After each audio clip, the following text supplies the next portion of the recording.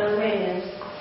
And so we have a different language. English, we used to hear something on the radio on the other side, and they speak something that we understand, you know.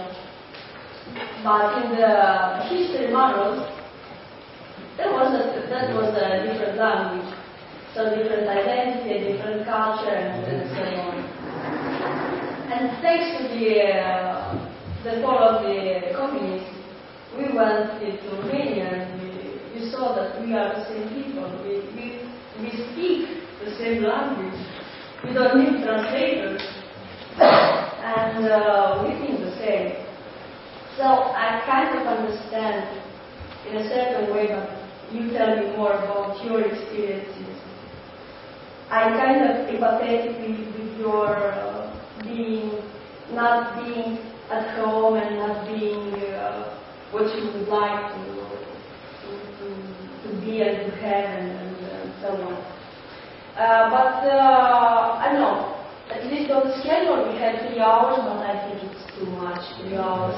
So I will limit my so-called presentation to 30 minutes, 40 at maximum, and then we will try to discuss and to see if we can make a general conclusion and to learn something.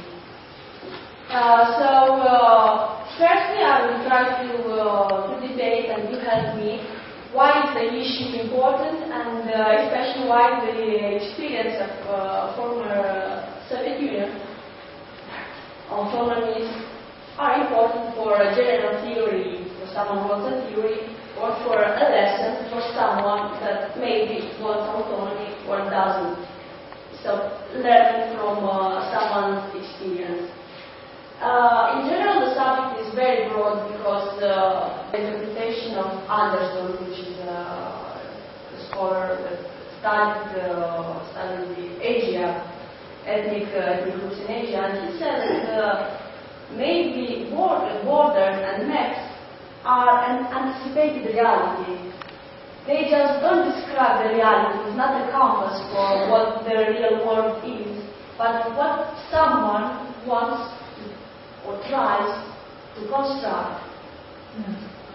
I will not refer to China or Tibet because I don't know anything about that, and I would be very, very glad to learn more.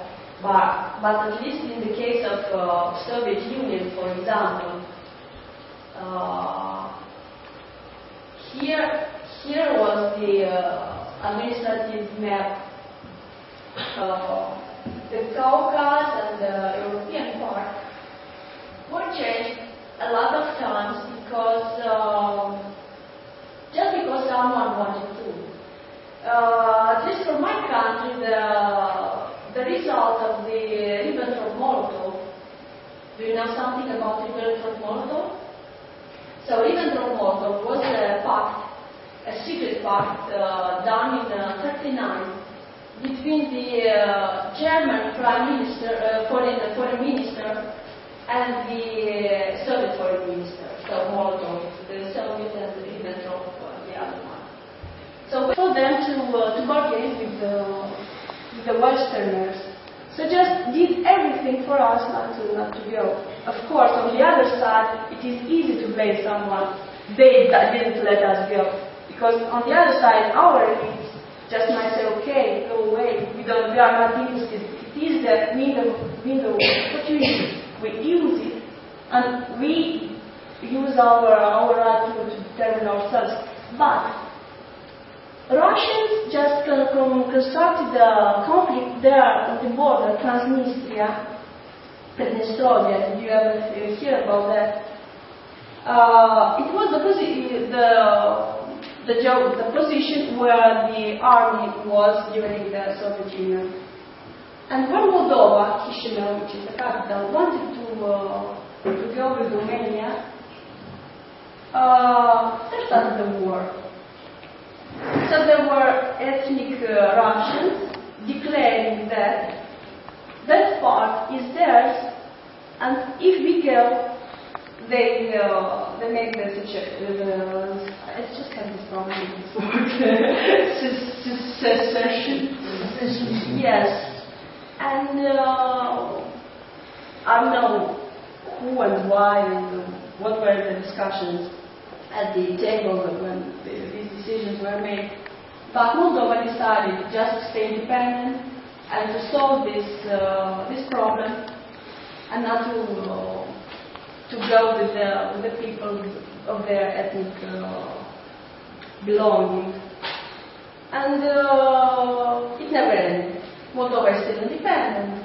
It's very dependent on the Russian market because it just didn't. It is easier for us to, or at least they say, it is easier for us to maintain the links that we had previously rather than building new ones in the European Union, because Europeans just ask us for a lot of, to comply with a lot of rules when we sell our wines, but just Russians just drink it, because my country is an agrarian one and we export a lot of wine. So this thing is just one of the excuses for a country not to, or for the politics of the country, not to follow the willing of the people. On the other side, other people willing to do something else. So here is another challenge for you. How do we know what the people want? So people meaning all the citizens.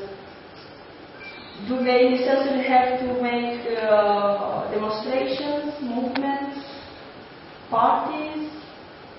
Do they have to, I don't know, referendum? Maybe, yes or no. Referendum is like any other elections. It might be manipulated. It depends on what you put on the mass media the 3 months before. So these are some of the questions that arise for me when I keep looking on this nationality and autonomy thing, because it is very easy to say, okay, they want autonomy, but there are a lot of things behind that just can't be put in a general formula and say yes, no, maybe, whatever, and so on. So coming to this Moldova thing, it was a political conflict. It is still lasting. They declared a de facto state. They say, okay, we are a state. Nobody recognizes them, but actually they have their own currency, they have their own flag, and so on. And it is a huge problem because this territory, not being recognized by someone, the rulers just don't have to comply with anybody. So it's a huge source of traffic. So coming again to the economic problems. So traffic of everything, of weapons, of persons, of everything. And it's not military, that it's also the European Union. But the European Union doesn't do anything because Moldova is too small. It's too small and Russia has an interest in it.